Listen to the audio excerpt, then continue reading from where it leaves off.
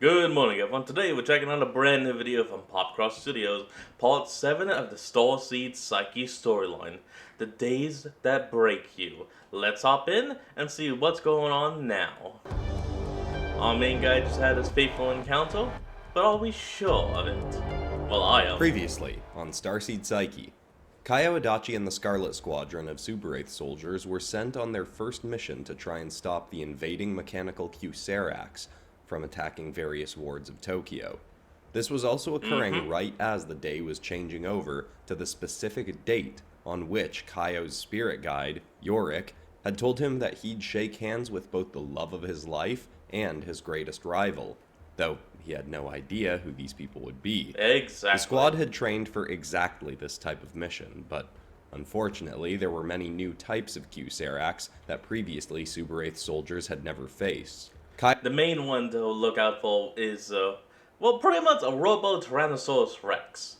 Or the Q-Rexosaurus? Is that what they called it? Something to that degree.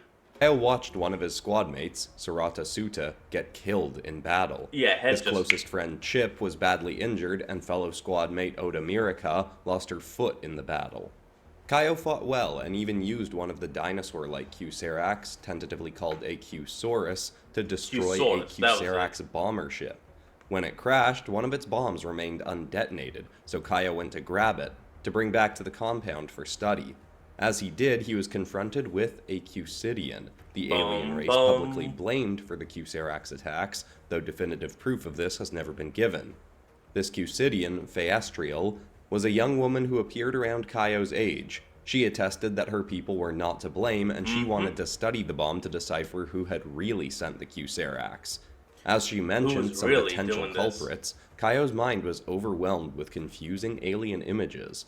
Phaeastriel helped calm Kaio's mind by holding and shaking his hand, alarming Kaio that one of his fateful handshakes was with a Q-Sidian. Phaeastriel got excited, stating that Kaio was something called a Starseed. They parted ways with her leaving the bomb with him and promising to come find him soon to further explain.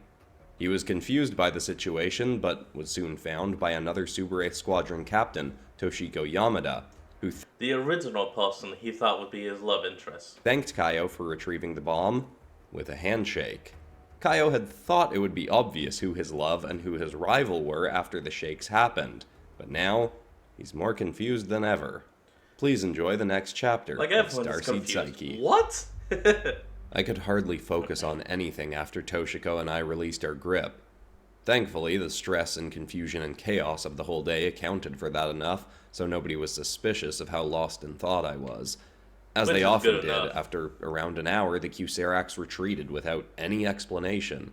My own squad had gotten evacuated without me, and I'd joined some of Toshiko's squad mates in the jet with the bomb I'd acquired. It seemed risky to me that they were just bringing this bomb back to our base, but I was too distracted to care. I'd have rather been on the jet with my own squad. It's also kind of not your call since he's the boss. I wanted to know how bad Chip's injury was. I also wanted to talk to him about what had just happened, hoping he'd have some kind of comforting advice about the handshakes. We were barely past midnight, and I'd already gotten both of them. But maybe I'd get another. I thought maybe I could still get a handshake from Quinn or somebody else, and that would clear everything up. True. Yorick had never said I'd only get 2 handshakes on this day, just that I would shake hands with both the love of my life and my greatest rival. I knew myself well enough to know I was straight, so if I ended up shaking hands with a guy, then that would clear everything up. He'd be my rival, Toshiko was my love, and the shake with Phaeastriel was just a coincidence. I looked across at one of the soldiers who'd handled the bomb I'd found. He looked stern and rugged. I recognized him, but didn't remember his name. Maybe he could actually be my rival. Maybe I'd shake hands with him. I considered checking the time to see if there was an angel number prompting some kind of answer from Yorick on that thought, but I didn't bother. Intuitively, I knew this train of thought was on the wrong track. But then I thought maybe this was all more cut and dry than I was thinking. Maybe the Q-Sidians were the bad guys, Phaeastriel was my rival, and I'd work with the love of my life, Toshiko, to take her and her kind down. I tried to convince myself that that must be it, but something about it still felt wrong. Yeah, I I think took you have off it my remaining backwards. Super Wraith gauntlet on the flight home to keep it from amplifying my confused, anxious, and angry emotions, but they were amplified enough as it was without the help. This was supposed to be Yeah. a big, exciting day, and instead it had already been a nightmare. I mean, with all that stuff running through your mind, I would just straight up deactivate those gauntlets for a good few hours. When the jet pulled into the Super Wraith military compound, I hoped somebody would offer another handshake to congratulate me on getting the bomb, but I had no such luck. Even General Yamada Ritsu came up to me in the hangar, but offered a bow in place of a handshake. This is an incredible find, Private Adachi, and I hear you fought valiantly. Know that you are not likely to be on the level of private much longer. We are obviously going to need Hey! to do much regrouping of the squadrons after today's unfortunate losses, but your name will be kept in mind for prompt promotion. I gave a somber bow, Oh, but wow. as I did, saw the bomb being carried past us. Thank you, General. I don't mean to question your authority, but is it really safe for the bomb to be kept here? It could still go off, couldn't it? Shouldn't it be studied somewhere else? She raised her chin ever so slightly. That is a good question. Chief of Staff Shiji Kaburu insisted we learn as much about the device as we can as quickly as possible. It will be taken to the deepest basement of the compound in case of detonation to minimize damage, and a new location with the necessary resources is being prepared to transfer it to as soon as possible. In the meantime, Okay. it will be studied here. Well, at least he has some of it planned out. I should have held my tongue, but was too overwhelmed by everything going on to realize it. And you think that's worth the risk? I think that the Chief of Staff has his position because he earned it, and what he says goes. We do not disobey direct orders in this program, Adachi. I nodded, Alright. looking away. It's okay. Right, General. Relax. Sorry, General. I'm sorry. She dismissed me, marched off, and soon after I saw the Scarlet Squadron ship pulling into the hangar. I ran over and stepped around the bay door as it lowered. I ran inside to see my battered and bruised squadron, all looking about as disheartened as I was.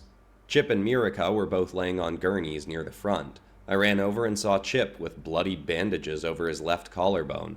My heart sank seeing it. Oof. But Chip's grinning face looking gonna at me hurt. slightly eased my sorrow. Hey there, friendo. Nice shooting on that bomber ship. How'd you pull that off? I put a hand softly on his uninjured shoulder. I'll tell you later, Chip. You're gonna be okay, right? Well, my Hopefully. good arm ain't gonna be so good for a little while with my collarbone being chopped like cheap wood, but I'll heal up eventually. My Super 8th career may be on pause, but it ain't finished by a long shot. Gonna heal up and get back out there. Oh, I found out shucks. later that when the Okay. Cusaurus first attacked Chip and Hekima with its laser attack, Chip had dove to tackle a civilian out of the way. He'd been successful, but fell right next to one of the new sword-wielding drones. As he focused on protecting the civilian, the drone stabbed him straight through the collarbone. Since the sword ones have a seemingly katana-style blade, and I would probably end up calling them, like, Q Rowans. You know, like a play on a Rowan samurai. If y'all don't know, Google that real quick, then come back. It didn't surprise me to hear about his bravery, but also didn't make me feel much better. My heart sank again. I was glad he'd be okay, but how long would he be out of commission? I don't think either of us were ready to ask that question. Hekima stepped around me to grab the gurney and start pushing it. In a sort of cold tone, he said, "Great work today, Kaio. Sorry we weren't there to help." He pushed Chip out, and Quinn just nodded at me, then pushed Mirika's gurney out after him. Our squad didn't have much to say to each other. We were all told to get as much sleep as we could, and that there would be a proper debrief in the morning after more information was acquired on what had just happened. I don't know That would be how they wise. expected any of us to sleep. The Scarlet Squadron hadn't been the only ones to lose someone that night.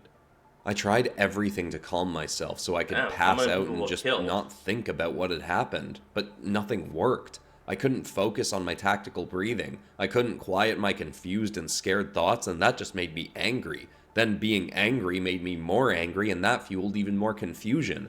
I thought I'd dealt with my anger, but now it was bubbling up as if I'd done no work on myself over the last year. By 3 o'clock in the morning, I had to just leap out of bed and get out of there. I wasn't sleeping that night. Everything that was felt bound to happen. hopeless.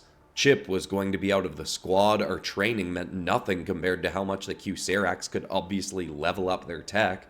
and a day that I'd been looking forward to for months had turned into one of the most confusing and infuriating days yet. I tried distracting myself by thinking about what Feastriel had said about keeping an eye on what happened to the bomb. That was another reason I'd wanted it off the compound. It'd mean I didn't have to follow up on that. Not that I should have felt obligated to anyway. I didn't want to think about working. Given the task of looking after it, I probably would ask to go down and just walk through a window of what was going on with the bomb. High likelihood that the request would be denied, but still. With the supposed enemy, but I was curious how quickly they'd learn anything about the bomb. I knew how to get to the basement labs and went in that direction. I didn't even know if I was allowed in there, but with nothing else that made sense to do, I started heading downstairs. As soon as I did, though, I saw Hekima coming up. I thought he'd been in bed, but I guess he couldn't sleep either. "Captain, any news on the bomb?" I asked. He glanced up, seeming a bit surprised to see me, but still bearing a cold expression. "Let the scientists deal with that. Toshiko's gonna take a crack at it in the morning." I tried to keep walking down past him. "I want to see where they've kept it." He put a hand to my chest to stop me. "Leave it till morning, Adachi. There's no protocol for this yet. Even our superiors don't know who will get access to it." I knew it had been a hard day, but his tone felt so off. I was confused and angry enough to snap at him, but held it back enough to just nod and turn. I'd have to find something else to distract me. But what happened next would make that even more difficult to do. Oh, damn. We were both headed up the stairs when there was a chilling, familiar electric eruption, and the building shook. A wave of dust sprang up the stairs after us. I knew what had happened. We both did, but I didn't want to accept it. I sprinted down the stairs and was going to head to the next set when I saw, in the hallway ahead, a wide hole in the floor.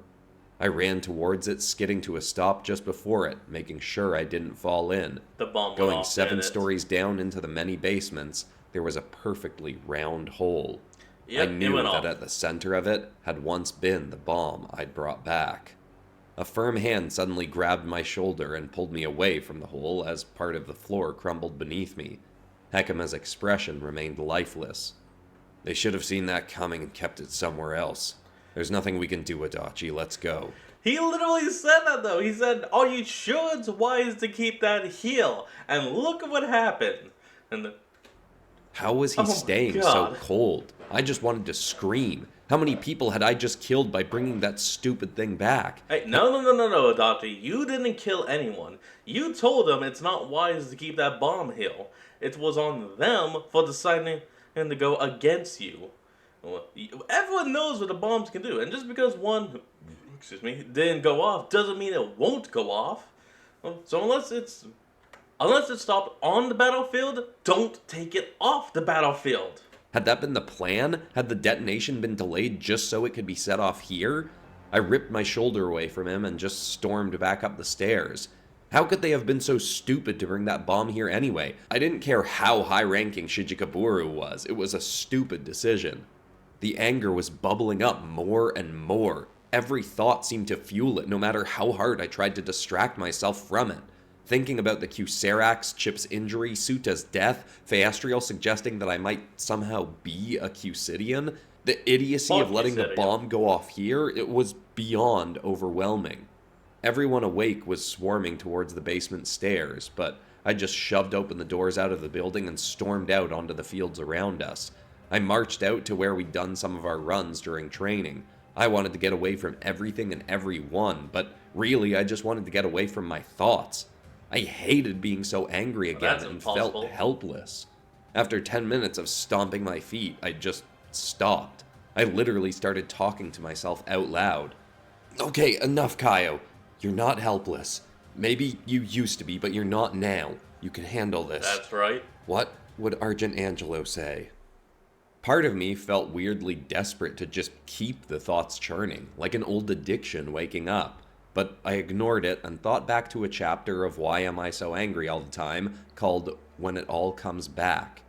It read, Ooh, good title. "Now, no matter how much work you do on yourself, no matter how gleeful and peaceful you become, odds are there will always be days that break you. There will be That's days true. where all that old anger is reawakened in you and you won't understand why. This has happened to me a few times, and a very persistent voice will try to convince you that you haven't made yourself any better. The anger was always there, just waiting to come back at the right moment. This is not true. You are better. You have not fallen That's back right. into your old ways, you're just having a very human, very normal dark moment. If you are eager to make it even worse, then by all means try stuffing that emotion down and pretending it's not there. If you want to stop feeling this way, then I present you with two options, and frankly I am Here we not go. yet certain which one works better. I have used both to relatively similar effect. I have also heard arguments for one over the other, people who swear one is the right way. Personally, I think both are acceptable, and both have worked well for me in different scenarios. The This is first is Ghostbusters to and Possum. simply allow the anger to be there and observe it. Don't try to bury it or distract yourself from it, just observe that it is there. Most importantly, focus solely on the feeling and not on any of the thoughts and stories your mind is churning up around it. The feeling Allow itself, yourself no to story. feel the Okay. feeling without attaching yourself to it, knowing that by feeling it fully, you will eventually allow it to pass through you. You may Good not thinking. want to feel it, but feeling it now is better than it coming up at an inopportune moment later. This method is arguably the more awakened, mature thing to do. Another option, which is arguably more fun, is to scream it out.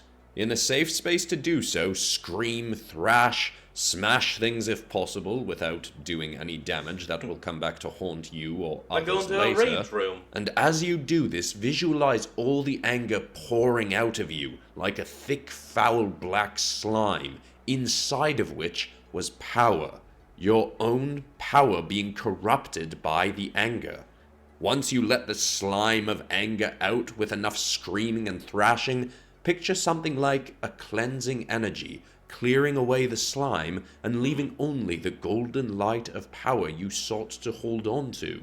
There was white light. power within Or the white anger. snow. You just Whatever. had to clear away the negativity surrounding it to use it for good once more. Allow that golden light to then return into your body, giving you back your power with the anger now released.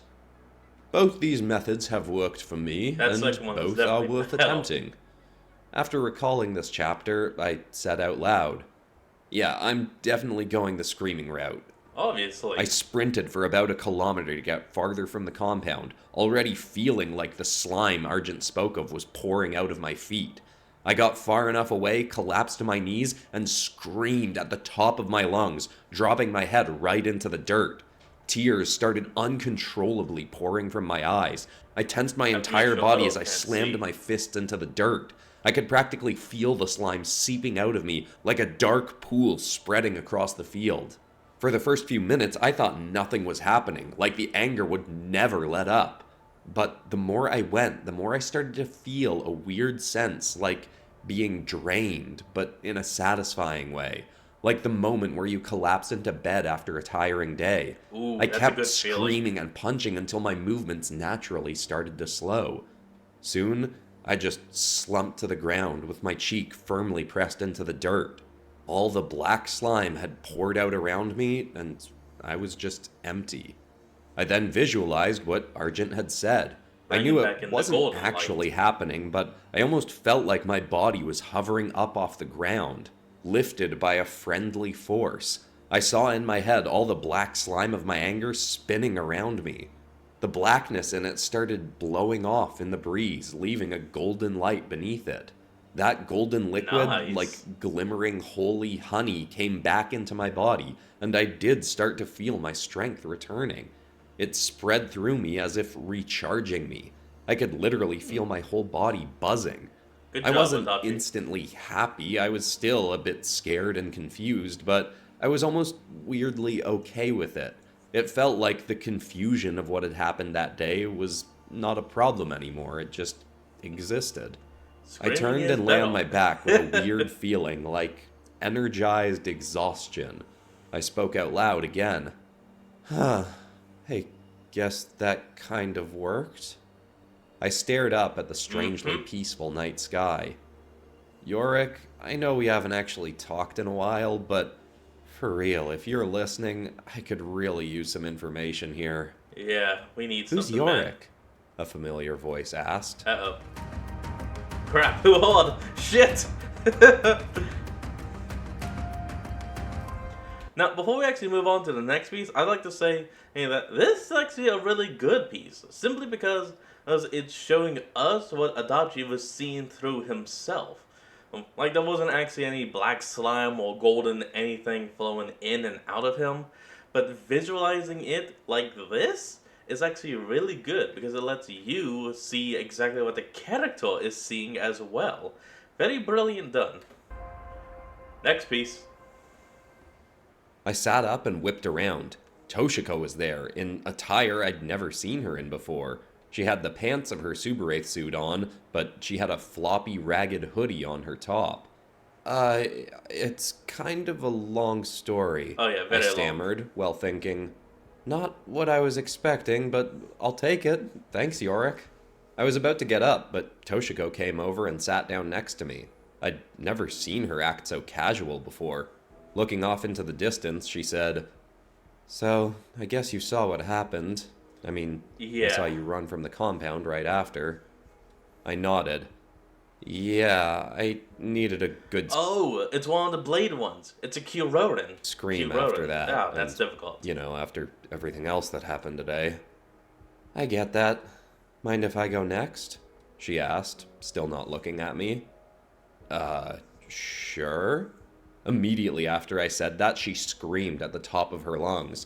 I could practically feel the frustration spilling off her. She went for a full minute. I thought her Wow, lungs would give that's out, impressive. but she just kept going. Finally, she stopped and just flopped back. Oh, that sword is far bigger than what I pictured it as. Damn, that's not a Kyuroden. That's a Kyuzako. Oh, I play on Berserker. Like I had. Then she muttered, "And now golden light comes back in." My mouth dropped open. Wait, have you read Argent Angelo's book too? A slight smirk crossed her face. I hoped you'd get that reference. If not, that would have been a really weird thing for me to say. Some of the Subaraith training program was based on work from his book and lectures. I used to stuff my anger down a lot before reading his book a few years back. I suddenly felt so much more relaxed. I couldn't say for sure, but I felt like I was getting some clarity on my confusion over what Toshiko was to me. Either way, this was exactly what I needed. Some time alone with my, whatever she ended up being. Yeah. She rolled her head on the ground to look me in the eyes in a way that made me good nervous. time. I was used to Chip's eye contact, but this felt different. Adachi, I should be way more subtle about this, but I'm too tired and frustrated and lonely, so... Time seemed to freeze in that moment. I genuinely What had is he gonna no say? idea where that thought was going, but even if I'd had an hour to make guesses, I probably wouldn't have gotten it. She continued, "Are you a Starseed or not?" What? I literally leapt off the ground to my feet. What? You know about Starseeds? A smile like I'd never seen on her spread across her face. She leapt up too. Okay. She stared at me very intently. Is that a yes? What did I say here? He doesn't Did this know. mean she was a Cusidian too? I mean, not that I'd accepted the idea that I might be. I replied, I'm not sure, but... She stepped closer. But while wearing the Subaraith gauntlets, have you had any weird visions? Like non-human figures wearing Subaraith suits? My mind instantly flashed back to some of the Yes. fuzzy images I'd He seen when technically had. Phaestriel had mentioned some beings called the Subarites. Yes. Wait, what does that mean? Did you make that happen? A look of exhausted relief came across her face. This is very unprofessional, but I can't help it. She marched forward and wrapped her arms around me in a big hug that made Chip's hugs seem gentle. I hugged her Ooh. back. It felt so That's something. relaxing and calming. I hated that it came to mind, but it felt exactly like when Phaestriel had taken my hand. Still holding me, she said, You have no idea how long I've waited for another one of us to join the Super 8th program. I don't know Wait, how many what? of us there are, but when my memories came back, I knew the gauntlets could help wake up others. I was completely baffled, and I definitely wasn't hiding it. I'm glad, but so wait, you're a Starseed too? Because honestly, I still don't really understand what we actually are, like, at all. I kind of just had the visions. She pulled back and stood upright at proper attention, as if to reassert her serious, captain-like demeanor. That's okay, Adachi. I can help. I've known I was a Starseed for almost 10 years now. That's the real reason I'm the only one who can make the Super 8th gauntlets. Today was rough, but everything is going to be a lot easier now that I know there's another Suberite in the program. The tension instantly set back in. A Suberite? She lurched her head back in surprise. You hadn't even remembered the name of our species? Wow. What? Alright, that's fine. What is I'll help this? your memories come back as much as I can, but honestly, I don't remember that much about our home either, so maybe we can figure some things out together. But first, She suddenly turned her head to the side and tapped an earpiece I hadn't What is noticed. going on? Captain Yamada, can it wait? This is a really bad... Fine, I'm coming. She turned back to me. I'm so sorry, they need me back at the explosion site, but I promise we'll have time to talk and I can catch you up to speed. The squads are being rearranged after today, and thanks to your performance, don't mention this to anyone, but you're going to be put on a new top-ranked squad, so we'll be working very closely together. Okay, so wait, Starseeds are apparently members of the Super 8th species, race, whatever you want to call them, but somehow they've joined with humanity in a way that's unknown, causing some to be born with memories of other Super 8s, making them Starseeds? I am like completely lost, and I would just need a full time to just talk with someone who else has been watching this to fully figure it out. Oh my lord, this is some crazy stuff. Let's keep on going, we're almost done. We're going to take those Cusidians down together, Adachi. Or, Kaio. I could have sworn I noticed her blush as she said my first name. She turned and marched back towards the compound. I just stared as she walked off. After a moment, I muttered, Yorick, I take back my thanks. I'm so much more confused now. Yeah, that makes sense. Another familiar voice spoke and made me jump. I whipped my head around but didn't see anyone. My eyes quickly scanned the ground and finally settled on a pair of hoof prints in the dirt. I looked up next to me, and there was what appeared to be the floating head of Phaestriel right beside me. That was awkward, huh? She thinks you're a Suberite Starseed when really you're a Cusidian Starseed. She's not gonna be happy when she finds out the truth. I leapt back as her head... Okay, now I think I get it. Starseeds are just someone reborn of one of the races, either a Cusidian or a Super 8. But no one can tell which is which when they're in a human form.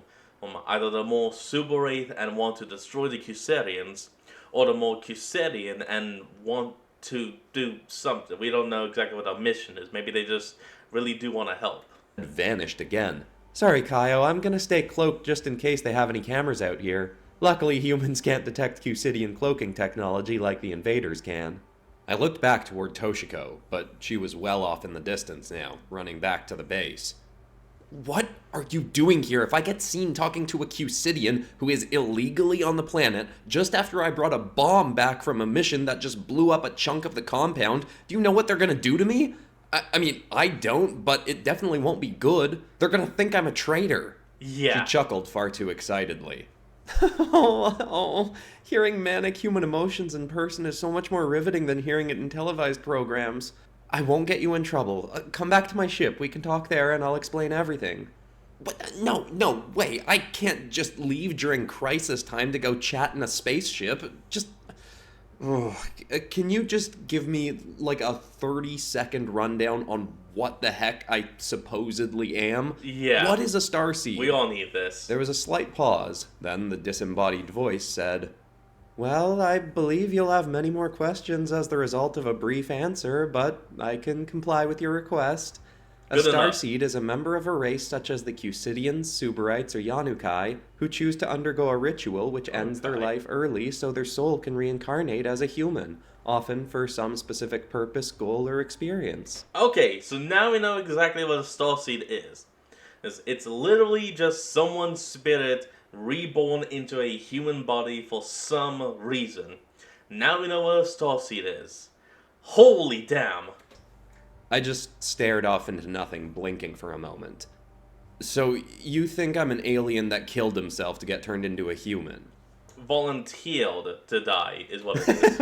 Well, through a certain lens, I suppose that's accurate. So, is that enough of an explanation for you? I haven't even started telling you about what an honor it is to be a starseed in the race that the Cusidians created. Oh, look at me, giving you sorry, hints what? of more information to manipulate you into wanting to come back to my ship for more. I've become more human-like every minute I'm here. Being devious is exhilarating. I exhaled aggressively. Sorry, what? You think the Cusidians created humans? I don't think, I know. I can show you proof back at my ship if you want to see it. Okay, I back to stared the back ship to toward go. the compound again. Technically, I was still entitled to another 3 hours of sleep or so. I wasn't going to fall asleep again anyway, and if this was finally going to give me some real answers, it may be worth it. I growled to myself and rocked my head back and forth thinking, when suddenly a voice I hadn't heard in 333 days bellowed in my Finally! head. You said you wanted information, and I just sent you the ultimate exposition dump. What's the debate here, chickpea? From shock, Yes! I said out loud, Yorick? I looked Finally! around, but didn't see him. Theastrial then asked, You've spoken to that voice a few times. Is Yorick the name of one of your spirit guides? I whipped around, forgetting that I wouldn't be able to see her. What? You know about spirit guides Oh my too? god. Fine. Let's go to your ship. I heard gleeful clapping, then my hand was taken. I may have been nervous about what I was about to do, but Holy I damn. couldn't deny her hand holding mine felt even more soothing than the last time. I ran off with her, hoping I was ready for the answers I was about to get. Dude, you and me both. I mean, I think I'm getting it, but I would need to write it down and actually discuss with someone. Oh, it's called a butcher. A Cusedian butcher. Okay, that's a badass name than Berserker. Good call. Okay. Get ready for a lot of information to be revealed in the next episode, but for now, Yeah. I wanted to read out a few more of the lovely 5-star reviews that have been left on Amazon for my book Vigilance, which is an Yeah, please interconnected do. I need to anthology calm down. about the competitors of a superpowered sports fighting league, and has personal growth themes similar to Starseed Psyche. Endoskeleton Bros says, definitely a must-read. I've been watching Christian Pearson's videos on YouTube since his What If Ben 10 aliens were on different superhero teams in December of 2020, and I have been Oh, loving wow. his videos ever since. When I heard he was making a book out of one of his sets of videos, I was ecstatic. Now that it's out, I can say it is definitely worth the wait. I would definitely recommend this book to any fan of the superhero genre, and I can't wait for more of his stories to release in book form, especially one about a certain god queller. And that is coming. I'm hoping for yeah. a late January release date on Mytholethal. Then we've got one that's just from Amazon customer, but says, 5 stars, greatest storyline. Popcross Studios, your stories on YouTube are a great highlight for me to watch, and to read it in book format is the icing on top. Thank you. Thank you. Vigilance, available is now. awesome. Mytholethal, available soon-ish. And of course, my other stories, like Starseed Psyche, are going to be released in book form as well. But besides that, that's all for today, except of course for ending this video on some kind of positive or inspiring note. And based on what you got? happened in this episode, I actually just want to prompt people to a meditation that was actually one of the first meditations that I ever did that's free on YouTube, and I'll have it linked in the description. And it's specifically Oh, a that's really releasing nice. anger meditation. It's only 15 minutes long, and I used it again the other week after not having used it in a while, and it felt really good. It's very similar to what I described in Kaio releasing the, black slime of anger from him and then Not pulling bad. back in the power that was hidden within that. I know that's not exactly a positive or inspiring note, but if you ever get It's to good a point where you're enough. feeling really angry and you need some way to let it out, I highly recommend giving that meditation a try. I hope that helps someone out there. I love you all, and I'll see you should all in be the next useful. episode on Friday. Goodbye. Alright everyone, that's going to be the end of today's video, and I hope you all enjoyed this. Remember to like, comment, and subscribe for more. Link to the original will be in the description below, and I'll see y'all next time when we flick back on. Until then, this is Fox, signing out. Peace.